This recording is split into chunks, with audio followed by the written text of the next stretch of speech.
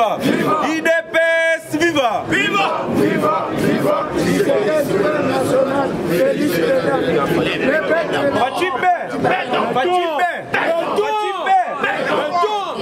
Fachi denga zaboye yazala toujours bien. Yalo alingi bolo baraso bolobi Fachi ouais toi. Bozo ngisaka bimpa. Fachi ouais toi. Bimpa. Fachi ouais toi. Bimpa. IDPS viva. Viva. Bonjour à tous. Bonjour. Na lingi na démontrer les bino kindoki o eza vanda na niveau ya 5. IDPS viva. Viva. À propos ya Genève ezalaka kuna. Bazui batali Fachi nyoso babanda ki tuna na munoko ezalaki toujours le peuple d'abord. Tango ba multinationaux balobi ah o yazo cha peuple likolo mission na biso ekosimba te yango moni ba écarta qui est baluka ki Martin Fayulu bayokana po na contrat ya 2 ans donc azala donc président pendant 2 ans après Moïse Katumbi a remplacé Waneza Kindoki na constitution ni nesenga o pesa qui a 2 ans na pouvoir et puis ba miti nationaux ba pesa bango mbongo pour na campagne électorale na bango ba signana bango contrat ya ba minéraux na biso pendant 30 ans IDPS viva siko mbongo ba sala ki ba campagne na bango wana bazwa na bango telo kwa nzamba zalaki na Fachi Beton abimi na pouvoir IDPS viva yango moni siko ba miti nationaux ba commencer ngambongo na bango balobi boye vie politique au Fachi Beton zo mené bandimite ke pouvoir ekozonga na kana bango IDPS viva yango chef de l'état kokoma na na pouvoir atika mboko na maboko ya nzambe baluba bakongo bayaka biso nyoso toza batumoko eza plan ya 5 na la mukane basalaki pona ko diviser biso IDPS viva yango chef de l'état tango za koma donc na niveau ya ba opérateur économique chef de l'état est là alobi a bino bozo somba babiloko ezo faire partie na social ya peuple congolais oye kotaka l'exonération o bafutaka taxité mais pourquoi le cosine à $3 ozo yote kango na $70 wana za kindo kité et puis ayebisi bino régime ya 18 ans wana alobi na bino kebo kitisa po bino nemboza na ba entreprise en belé Joseph Kabila 300 Aber Yuma dirigera plus de 130 mais pourquoi pas bo kitisa bozo telemela yango wana koboma peuple congolais nzala mais na kozongisa nanu ambongo yona stade de Martyr chef de l'état pesa ka mutuka oyebisaka te ke peuple eza na misère nani Nemi Moulane apesaka yo nani mutuka olobaka te ke peuple eza na misère kaka yo moko Olive Lembe tanga za peso $500,000 wana na messe privé sahélier est-ce que otangeli social le peuple congolais donc yo social le peuple congolais olelaka yango ce que social mais pas ya baninga mais pas na yo social le peuple congolais ezalaka te bomoni niveau IDPS viva et puis tala bolingo chef de l'état Fachi Beton za na yango po ambongo bima cardinal eza signature ya Fachi Beton soki chef de l'état le biacha ki mutema mabe soki a sollicité papa retirer signature na ye ambongo kozala cardinalité IDPS viva kindo kimunene bazana yango po nini Fachi Beton aye a peuple congolais liboso yango moni babandi ko combattre na ba façon nyoso IDPS viva et puis na koloba ambongo ya zoloba ke onga nazo sepela na nani na Denika Dimate po nini o aza même province na président de la République actuelle IDPS viva omoni un tribal là où basu ba chaki gratuité et enseignement et toucher bikolo nyoso même ina bandimi na ya église catholique bazo futela bana na bango minervalité yango ze permettre bango nini ba bakisate mabonza na église ekota yozo telemeli gratuité et enseignement au bakisi 9000 écoles fictives au dossier vanda oye ba ko interpeller yo tango zo senga social to ebi que social est même basé na éducation gratuité et enseignement ils na kata socialité mais est-ce que yozo salama au féliciter chef de l'état pour la gratuité et enseignement bomoni derrière qui mutema mabe et puis nazo rappeler na ye ambongo ayeba que existence ya Séné Salama banda 2003 ezala toujours dirigé na 5 ans na SCC IDPS viva et puis bana ebité balingi ba komisa ngo lokola mwana na bango moko privé toni soki total na 2003 IDPS viva na 2003 à 2010 malumalu catholique nani Mswahili toujours toja total na 2010 2013 malunda protestant nani Mswahili kaka total isusu na 2013 16 malumalu lisusu kaka catholique Swahili tosi total na 2016 à 2021 nanga protestant Swahili toujours on a tribalisme ezala na katité soit disant bolobaka Joseph Kabila a Swahili mais ba oyo nyonso na baleka bazala toujours ba Swahili on a pourquoi pas bolobela tribalisme na katité IDPS viva on ni politique bazo sala ya mauvaise foi et puis pona na yebi sabino Moïse Katumbi azi a corrompre asombi ba ONG belé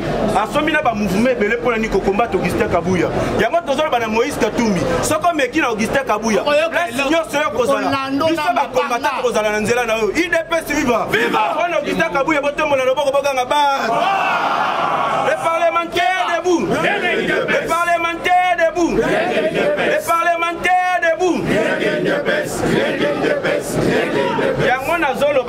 bongo il faut bayeba ke 5 ans eza paroisse nani 5 ans eza nani RDCT eza pe elon ngina lo bakutanga kimisa ngona lo bango bien la 5 ans doit comprendre que la RDC n'est pas une paroisse il faut yeba RDC eza paroisse te oyo bango bako ya ba no diriger ba no ko imposer biso IDPS viva comment se fait-il que procédure elandani normal basali kutu élection na siège ya 5 ans bosi kutu bino ko bozali na avantage ça les mi pas na bino mais comment se fait-il que les ba contradire la justice batu bazo sala ba vote yozo kati kurozo sur la téléphone ibanda kuna Martin Fayulu a mobilisé moi batu naye basala des ordres d'élection ça les maté azolo banini yo azana posta nanga atikala président Seni Mususa bimate mais na ko Martin Fayulu résultat nanga abimisa ki yo boyaki yango olobi ke nanga azo yibi ezayo nem to gagner une élection mais au comment ninga susi ya bima ndenge nini ko na raisonnement IDPS viva et puis ambongo azwaki nani alingaki nani kosa malonda ndem abima tellement miso zalai makasi baboye kosa malonda azwi neve na ya che wana bike neve nene mtufa bima président ya Seni kota bazalaki kana posa ba contrôler kaka Seni pona nini eba na kopesa ba résultat selon o bango balingi et puis ememelinga siko ya koloba ke 18 ans o ya règne Joseph Kabila ezalaki diriger na 5 ans IDPS viva poste qui est aussi totali 5 ans abomisi ba combattant peuple congolais belé bozolo ba mbongo ba multinationaux bozo sacrifier peuple congolais donc ça là ba marche peuple zo kufa boloba ke Kabila c'est médiocre les lobino yo bo s'aligner na ye bozo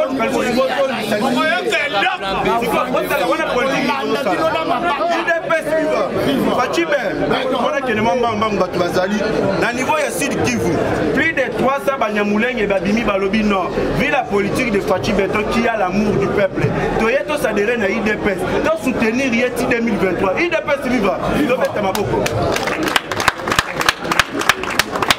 Et puis, sous ce il y a des tournements de fonds dans FARDC, état de siège. Des autres officiers arrêtés à Bounia pour soupçon, il y a des tournements. Il y a un tango fort à lobby Fachi Beton. Bateau, il y a un régime, on a un basalaka. Oh, il y a un détournement, on a un basalaka, transaction. Tindanga, il y a un commissaire, il y a un IDPS viva. Il y a un tango fort à Baniko Bimisaba, bateau, bazo Ibakawana. Fachi Beton. Et puis, le gouvernement a tenu parole. Les magistrats, fouti bango ndenge kaka bayokana IDPS viva et puis bino ba magistrat ba fouti bino salaire ndenge bobanda kolinga mais soki bomemi trafic ya ba trafic d'influence ba corruption boko kangama des autres IDPS viva et puis le niveau ya Beni le général Tango Fort vient encore d'arrêter 6 autres bateaux bazu ba détournaki parmi 6 soit les 5 officiers supérieurs IDPS viva 5 officiers supérieurs et 1 officier de la 3e classe. IDPS viva. Merci Bakangami déjà. Tokeli sous les chefs de l'État Fachi Beton. A lobby qui a coupé sa courant pour 2 millions de kinos dans la République démocratique du Congo. C'est lui qui travaille avec l'amour, il y a peuple congolais. Il y a une place comme Zoya Makassi. Pour associer toujours le peuple d'abord. Ce qui a l'ingasté les locaux, il y a une réunion, il y a même un séminaire, il y a les cas qui ont 3 jours à Salisaki. À lobby, c'est l'autorité morale Nabino. Et ça a été. Et ça a un parti politique Nabino. Et ça peuple congolais. Il faut que ça il y a peuple congolais. Le peuple a un pouvoir. Le peuple a un peuple congolais. Et puis, pour signer acte, il y a bonne conduite. Oh, il y a que ça la mabé, à cause de la écarté dans le gouvernement. Il dépêche vivre. Et puis, il y a affaire, il y a M. Passé Saïba. M. Passé Saïba, oh, il y a Salim Moussala selon vision du chef de l'État.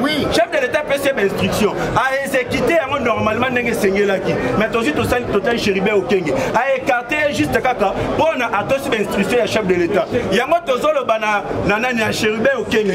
Zongi ça nani passé ça y va na place naé. Ce que zongi si était au commande tout va combattre na place nayo. Bona commande mauvaise foi ya chérubin au Kenya.